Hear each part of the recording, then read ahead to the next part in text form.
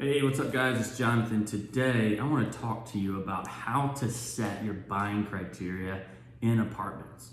Okay, so if you're buying apartments, maybe you're brand new, you've not bought one before, or maybe you're looking for your next one, we want to talk about where to buy, what locations, nationally, where do you want to buy apartments? How do you set that criteria? And also how many units should you go buy to start with or for your next deal? And what types of property, what type of assets, what's the strategy, all those kinds of things. We're going to talk about those things. If you don't know who I am, my name is Jonathan.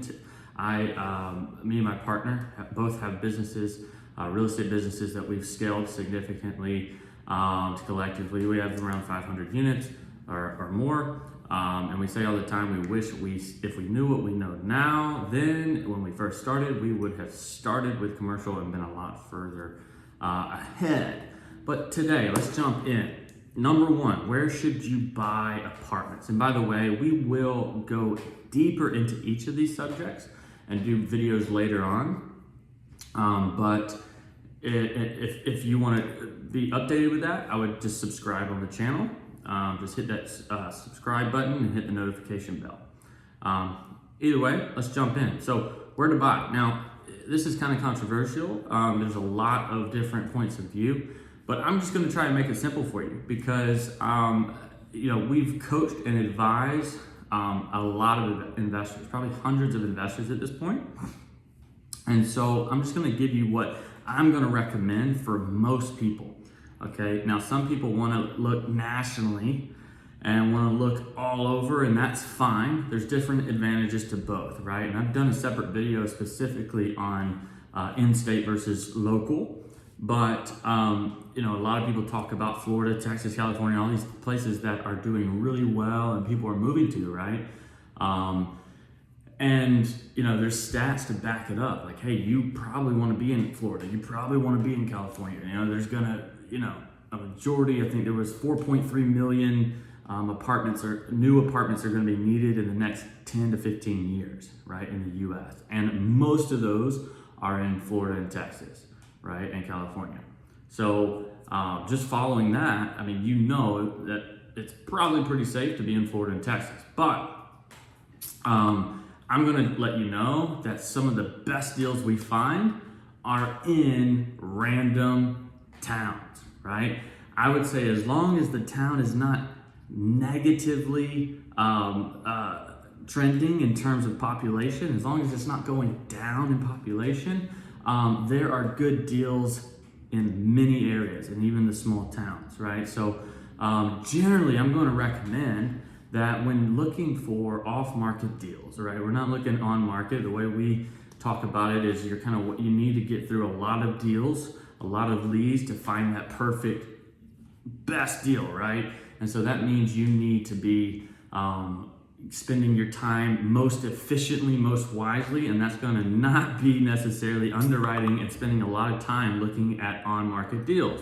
We need to be looking at off-market deals. So for that, we generally recommend going and pulling a list and you can use things like PropStream, Reonomy, all these different things, but pulling a list of maybe 100-mile radius of yourself, right? And that should give you a big enough list to where you can start dialing and hitting up properties, okay? Now, there's many ways to go about, lead generation, right? And we teach probably 50 or more ways.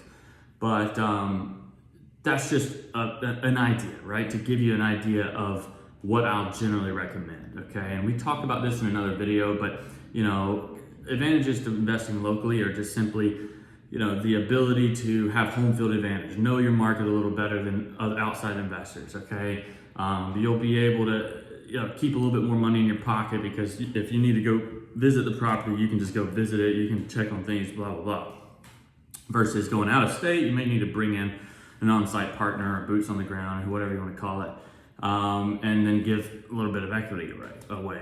But advantages to investing out of state is going to be the fact that it's, more passive. You've got to put systems in place to manage things from afar. You have a bigger range of ideas or of possibilities. But I think that's pretty much where I'll land right there with what location should you be investing in. Some people talk about Republican versus Democrat states, right? I think, yeah, you could argue it's probably not smart to invest where, somebody could, just pull the rug out from under you and not require anybody to pay rent. But, that's happened before and we've still pushed through it, right? And I think that in the end of the day, my personal philosophy is how good of a deal is it? Even if it's in a horrible area, how good of a deal is it, right? If they're going to pay me to take it over, right? So anyway, that's how I look at it. Some of the best deals we find are in back towns that aren't even, necessarily the most, popular, or people don't even really know about it.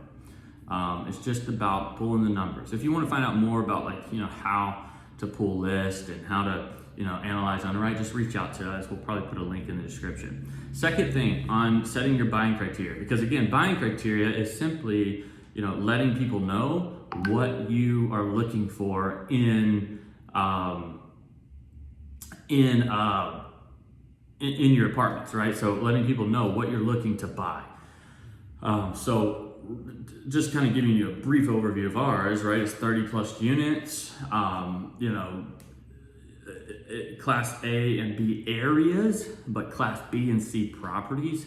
And not saying that, it can't be a class C area, but that's just generally what we'd love to see. If we can take a C class property and move it to a B because it's in a B class area, but you can't take a C class property and put it in a C area and expect it to be a B, right? It's going to be a C.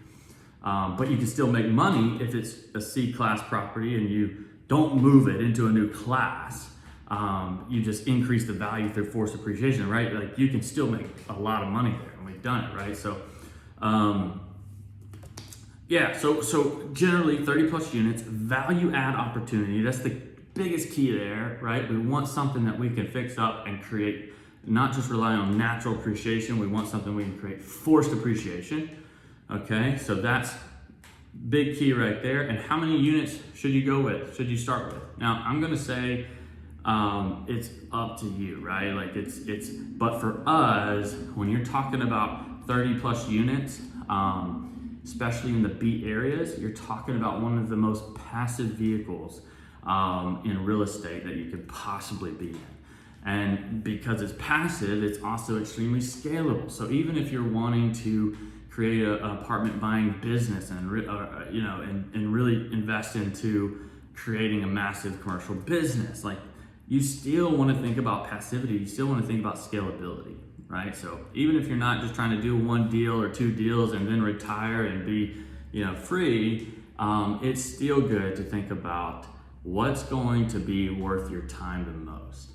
And we find raising money and allowing yourself to get into big deals has much more margins for you in your time, So just like a property that our team just took down recently, it's $200 a month under market rents or somewhere around there, just for round numbers. Let's talk about round numbers, right? 88 units, $200 under market rents.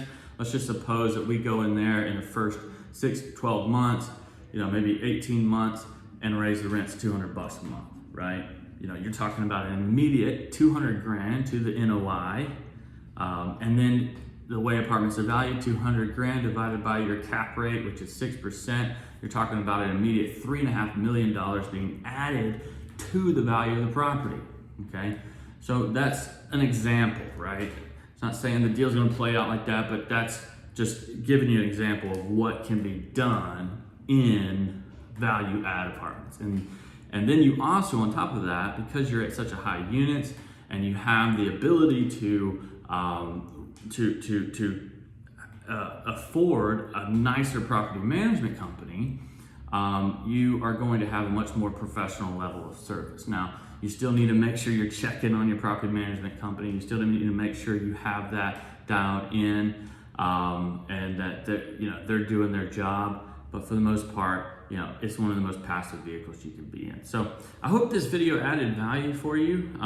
Select your buying criteria. That's the first thing you're gonna need when buying apartments. So Let us know if that helped. Otherwise, hit subscribe, and let's be looking out for the next videos about even deeper things like that. Okay. All right. God bless. Have a great day.